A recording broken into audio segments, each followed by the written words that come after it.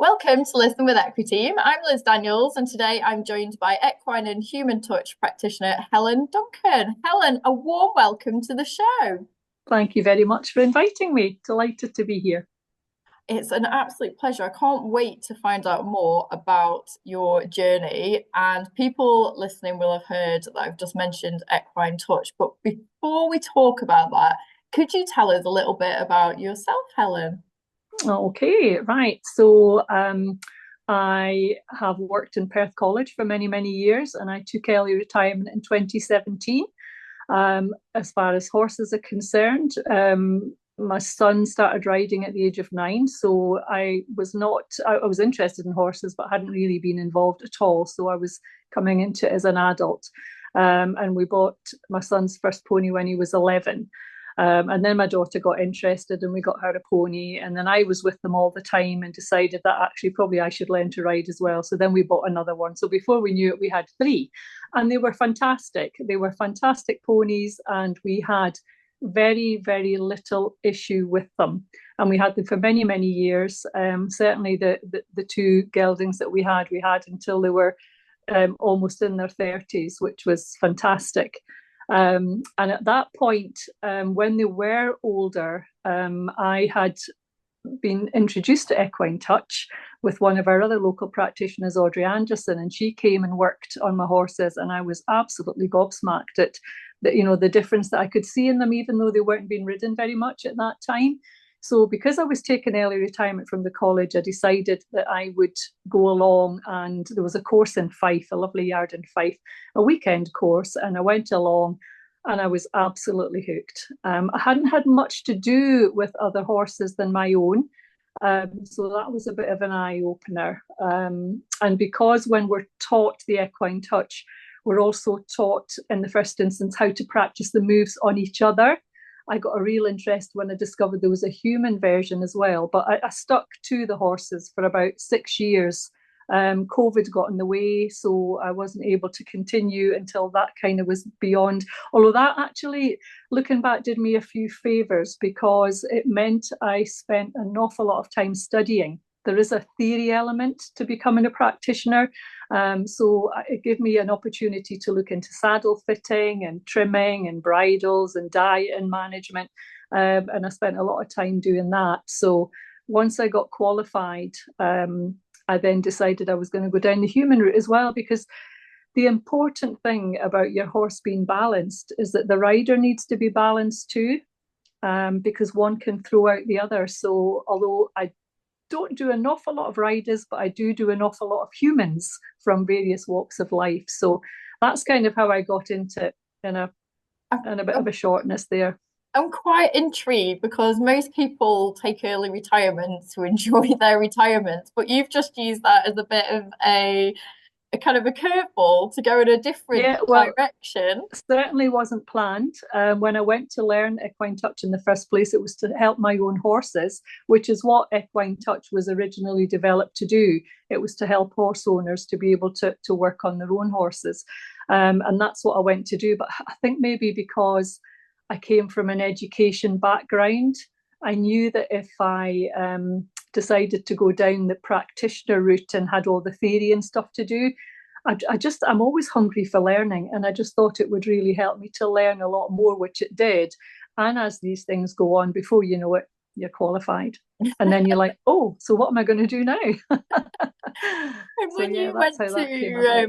when you went to set up your own business, was that quite daunting, having worked in a college environment for, presumably quite a long time, and then all of a sudden you're self-employed and you've got a new skill to share? How was that? Yeah, no, I was actually really looking forward to it. Like I say, I qualified with Equine Touch last year and then decided I definitely want to do the human version of it, which is called VHT. So, of course, you get into the training and then you're working on so many people, so many case studies as you've done with the horses. And it was then that I thought, right, I really want to do this and try and combine the two. So no, it's been great, and I've got my own studio set up in my house now, where clients are coming very regularly. And then obviously I go out to horses. But I do like the horse rider combination because I do feel one definitely benefits the other. So yeah. I feel like this is a really good opportunity to just ask what is probably a silly question, but for those of us that are listening or like myself, I've seen Audrey's work and I've done a little bit of research before this. But what is equine touch, Helen, please? Okay. Well, it's a system of body work, and it's hugely effective. And it's working over soft tissue, so fascia, connective tissue, muscles, ligaments, tendons. So sort of it's a bit of Western philosophy meeting Eastern philosophy as well. So yes, there's the physical Western side of medicine that we know of, but also with the Eastern side, we're working on meridians and acupressure points. So we're helping to sort of release energies and things within the body as well. So it's a holistic body work that we approach regardless of issue, which maybe people find a wee bit difficult. But say from a horse point of view, a horse that's maybe not moving well behind, it may not be the hind that's the issue. They could have a jaw problem. And let's face it, the hind is the engine, and they are not going to move forward if they've got a painful jaw. So the good thing about equine touch is we're addressing the whole body, and therefore we're finding as we work through a session where the areas of tension are. And often people are absolutely gobsmacked when something is released and it's definitely not in a place that they had considered might be the issue. And the same with humans. People come to me with maybe lower back pain, and it turns out that the tension's actually coming from their neck, because obviously everything's interconnected. And it's hugely effective system of body work. So it is done through touch, and the Yes. touch is what connects all the tissues and the fascia and the muscles and the tendons and the ligament, which causes a release or an energy of some sort that then Yeah. you can work around the body. So presumably you're Yeah. feeling with your hands to see where areas of tension. Absolutely. Yeah, yeah. I mean, it's classed as a non-invasive procedure. So we are using fingers and thumbs, sometimes elbows, but we're only going as deep as the body will allow us. Because if you go too deep, the body just shuts you out. So we work with the horse. We always say we don't work on a horse, we work with the horse, and the same with the humans. And they will very much tell you if something's not right. So yeah, as will the horse, of course, but in a different way. So yes, it's non-invasive. And it's a series of moves that are carried out in specific places, and that goes back to the meridian point, the meridian lines, and the acupressure points. And it's in a specific series as well. So the way it was developed, that's what's made it so hugely effective. So when you have someone who does equine touch come and work on your horse, you should recognize it straight away, because we do specific moves in specific places in a specific sequence. And that's how we start. And that kind of lets us feel around the body to see what we can find, if there's areas of tension, or if a horse is really reactive when you do touch somewhere that hurts. So we learn from that. And we give lots of areas of observation in the middle as well, to let the horse think about what's actually going on. So we step back. You'll see that as well, and you'll think, what are they doing? We're stepping back just to give the horse a chance to process and bring that awareness to its body of areas that maybe need to be rebalanced. And then we can continue a session if we feel it's appropriate, with some moves that we call areas of concern moves. So we might decide, if we found something particular in the neck, that we want to go back there and do some more moves there. But often what you find, even with what we call a basic body balance, is that once you've worked through that, areas that were tight have also already started to loosen and disappear. The So yeah, energy channels and humans and animals is amazing, isn't it? And it's something that yeah, I yeah, don't think I know much about, at all, and certainly don't understand in the slightest. Having seen this take place a few times, you're like, oh my gosh, like yeah, how? yeah, Is this yeah. how is this Yeah, I mean, happening? I don't think we really understand how it all works. And as students and practitioners, we're kind of depending on your background, where you come from, if we do have some vets that are practitioners, so they will have their take on what's actually happening. And because of our experience of seeing the changes in the animals that we've worked on, and for me, the humans as well, you do begin to think about perhaps what your theory is behind of what's going on. But certainly, because the humans can speak to you afterwards, you were talking about energy there. And a lot of my clients, when I say, how are you feeling? They say, God, I just feel totally energized. And I've had clients who've said that they've stopped their car on the way home because they just felt they needed to pull in, and because they just felt really energized and wanted to just sit there and enjoy that. And with the horses, we see them maybe after a session being turned out in the field, and they have an absolute hoolie, and it's just that energy blockage has been released. So yeah, I remember one client who had quite a sedate horse, and I said, now let me know what the feedback is. It was a case study I was doing.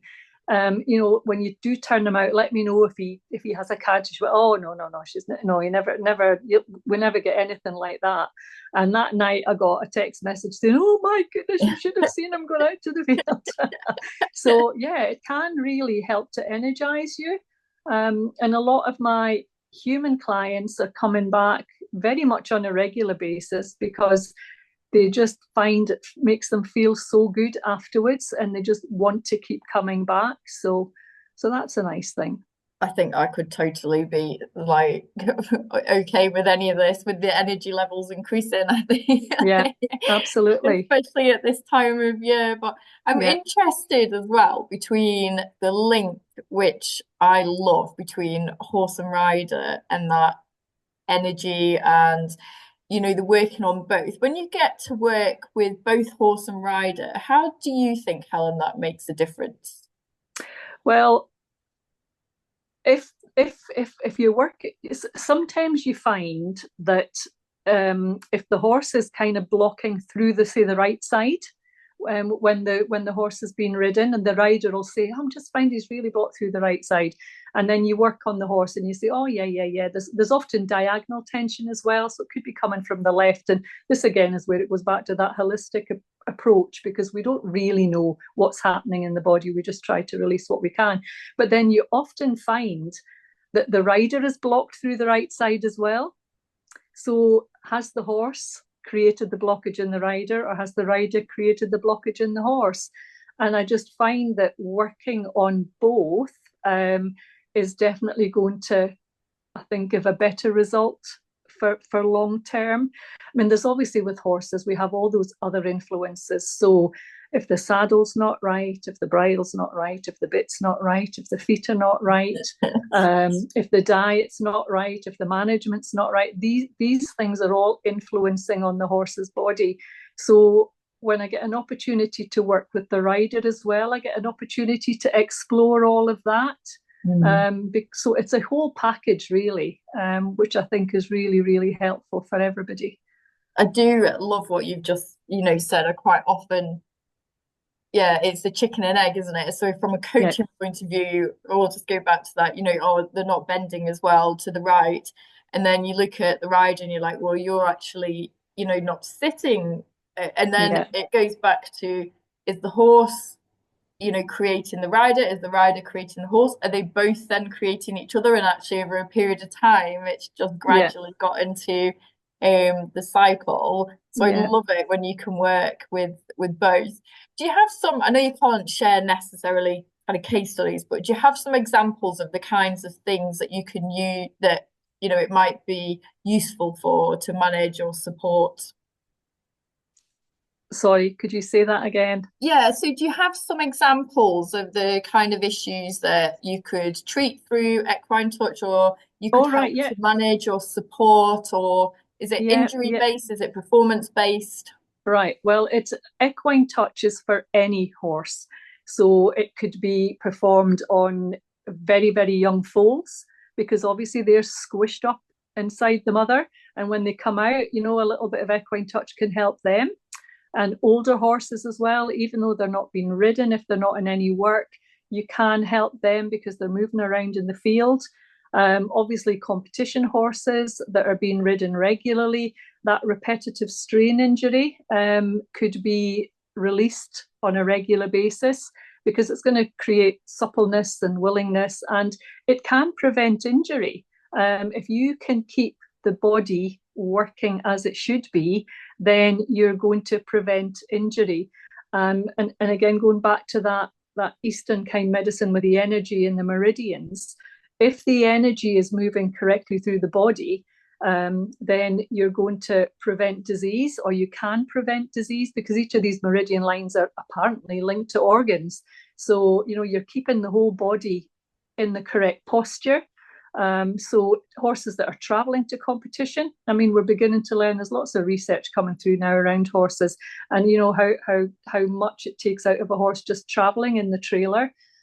So yeah, any horse that's in work, but even horses that aren't, they will all benefit from some equine touch, and particularly competition horses. I feel, I'm hoping, in the way that people get their horses shod regularly and they get their teeth done regularly, I'm hoping that particularly horses that in work are going to have access to some kind of body work, whether it's equine touch, massage, chiro, whatever. I kind of feel they're due it. We're asking them to do so much.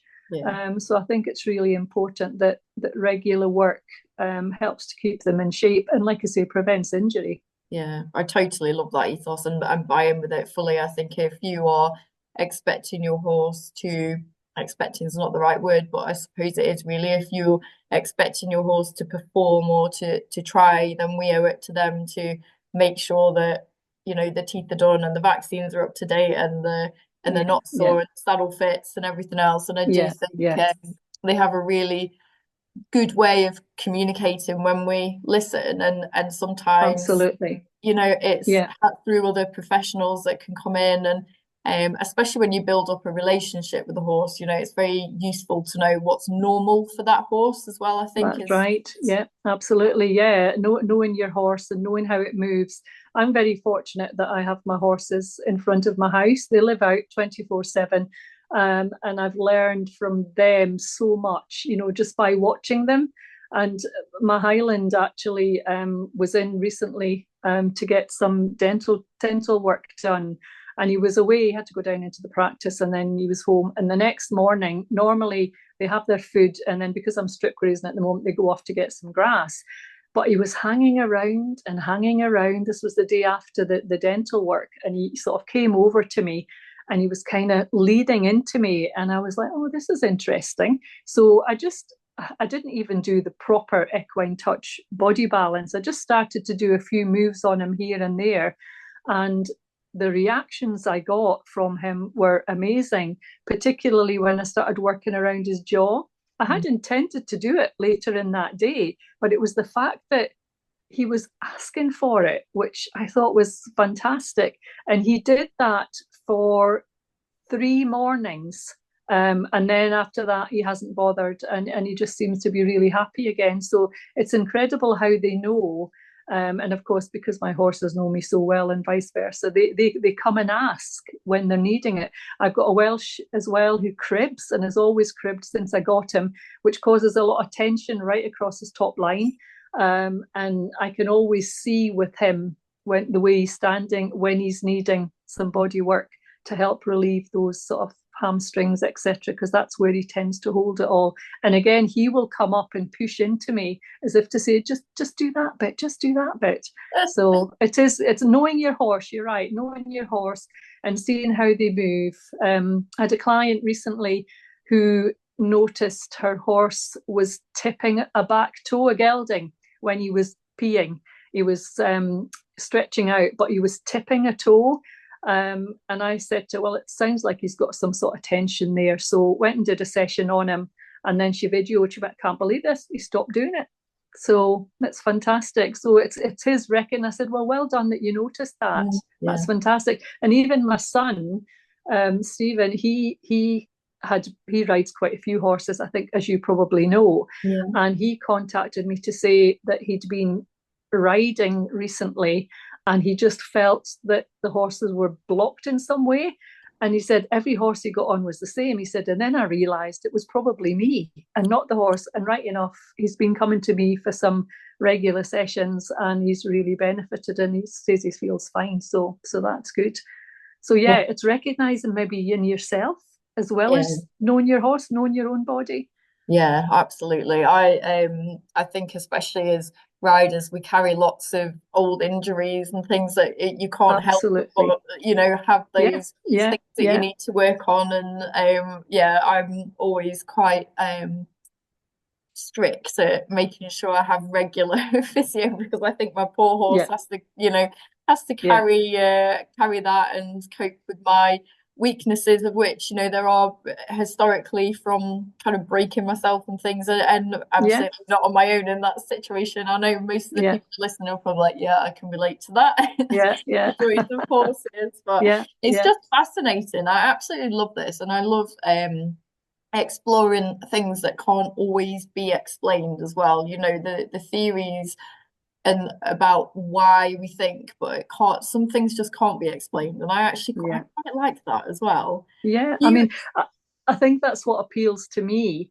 It's the fact that you're working across the whole body, and horses are really good at showing, when they are relaxing. When you've got a human lying on your couch and that you're working on, they're not moving around the way the horses are. But to have a horse suddenly just let out a huge sigh and stand perfectly square when they hadn't been, it still takes my breath away. I just find it absolutely phenomenal, and you just know that you've made a difference because they're so good at showing that. So, but we don't know exactly what's happening. We just know that it works. well, I think that's yeah, I think that's a good place to wrap that bit up. I've got a few quick fire questions Okay. for you, if you Yeah, don't okay. mind, Yeah, Helen. not It's at just all. Yeah, that's we fine. love to find out more about the people behind all of the I was going to say the theory, but maybe not even the theory, but also the practices. So here we go. What is the one equestrian thing you can't live without? Ooh, my horses. Mm, Does yeah, that help? good choice. That definitely helps. Yeah, I was unsure if you're going to say your horses or your son, but go with the horses. And what are you most proud of? It sounds like there's a lot to be proud of, but if you could pick Yeah. one thing, what are you most proud of? I think I'm really proud of the fact that I've actually set up my own business for the first time ever. And it's really successful at the moment. It seems to be very positive. Yeah, that is something to be really proud of. It's really good. And what would an ideal day off look like to you? Ooh, well, I just got a new puppy. Oh, So, yeah. So, an ideal day off would be taking her out for a walk. She's just new. So, yeah, we've started doing that. And I really love the times when I'm not working and I can get out and about with her and even take her to Costa for a coffee, which we've been doing regularly because I want to be able to take her lots of different places. So, yeah. So, an ideal day off would be taking my dog out and spending time with the horses because obviously you don't always get the time to do that. yeah. So yeah, I prefer it. It's interesting, this is an interesting question because I'm not riding as much now, and I kind of think that's part of because I've seen the things that can happen after horses, with regular, riding. So I'm spending a lot of time doing groundwork, which Mhm. I'm really enjoying. Sort of following rehab programs, even though the horses don't need rehabbed, but doing that kind of groundwork exercises, having the horse beside you on the ground, I find fascinating as well. And I'm Yeah. exploring bitless and saddleless. So Oh, yeah, yeah. that doesn't go hand in hand with seeing what can happen on a horse. So I'm going to take the bridle and well the bit and the saddle off. But we'll yeah, Yeah, we'll hopefully get good updates on that. And the puppy, that's a great yeah, yeah, that is a yeah. She's great super. way to Yeah, spend yeah. time. And finally, if you were to host a dinner party, who would be invited? Ooh, right. Okay. Well, I would need to invite Ivana Ruddock Lang, who is the vet who oversees all of the equine touch. She helped to develop it with her husband, who unfortunately Jock Ruddock passed away in 2011. So I would definitely have Ivana there. I would have my instructor, Helen Homer from down in Lincolnshire, who taught me the human side of things. And I'd also have Chris Wiley, who taught me the equine touch, did all of my courses through her. I'd like to have you and Jill there, actually, because you sound like really interesting people. And of course, my son would have to come along and his partner. So It's getting a big dinner just pot. it's I think it'd be nice good. to have a good chat. Yeah, It'd be absolutely, a lot of horsey chat as well. absolutely, absolutely. And a puppy to play with. What is not to A love? puppy to play with, of course, yeah. Would you cook or would you have to? I'd have to hire someone in to cook, I think. But would you cook, Helen, or would you outsource that? I do cook, but I do find it takes up loads of time away from your guests. So, it'd be nice. Do you know what I would do? I'd bring in my sister, who's a chef, and she could cook for us all. Yeah, she's an Brilliant. amazing cook. Yeah, I would hire her in. I'd pay her to come in. Yeah, We've got it she all could come in covered. and cook for us. Yeah. This is brilliant. All we need now is to get a date in the diary, and hopefully the others are free as well. This is fab. Yeah. And where can people find out more about you and your services, Helen? Well, at the moment, I'm not advertising because I'm finding I'm busy through word of mouth. My my business is called HD Body Balance, because I'm covering both horses and humans. I do have business cards. People are welcome to get in touch. I can give you an email address if people are interested in either a human or an equine session. I don't have a website, but there's an Equine Touch website and there's a VHT website. It's VHT stands for Vibromuscular Harmonization Technique, and that's the human version, which is very long-winded, but there is a website for that as well. So, and of course, on both websites, there are lists of practitioners. So there's contact details there. So there's over 60 practitioners that do equine touch. I'm not quite sure. And for VHT, there's only myself and somebody down in the borders that's offering that's qualified to offer the human version. But I think we've got maybe 6 or 7 practitioners that do equine touch in Scotland. I've just had a little look, and the website is equinetouchuk.com, UK. and you can That's right. find And all the the other one information. is vhtworld.co.uk. Perfect. Well, we can put all the links in the show Yeah, notes that's as well, super. so Yeah, people yeah, have a little yeah. look. But Helen, that's been absolutely fascinating, and thank you so much for giving your time up just to share your story. I love the fact that you went from college life to retirement to life Yeah, fully yeah, I fledged know. working again. Nothing was ever planned. I didn't plan on becoming an equine touch practitioner. I just wanted to help my own horses. But these things just kind of spiral, don't they? And I'm really happy with what I'm doing. I like my setup, and it's super. Yeah. That's brilliant. Well, congratulations for taking that Thank big you. step and making it happen. I think that's really inspiring and something that you hope to hear lots of other people do. Find something that makes them tick and smile and wants to put something good back into everything as Yeah. well. So Yeah, yeah, well done. absolutely. Yeah, if I can help horses and humans, I'm very happy. And then puppy cuddles as well. What's not to love? Well, thank you. And thank you everyone for listening at home. Don't forget that you can also join Equiteam at equiteam.co.uk. There's loads of resources online. There's hundreds and hundreds now of videos and downloads and fitness videos and lots of different content for you to get your teeth stuck into. So do have a little look around. And if you want to leave us a review for the podcast, that would be fantastic. We would very much appreciate that as well on whatever platform you're listening on. So have a great day, everyone. And Helen, a massive thank you once again for joining us. You're very welcome. Thank you for having me. A pleasure. Goodbye, everyone. Bye bye.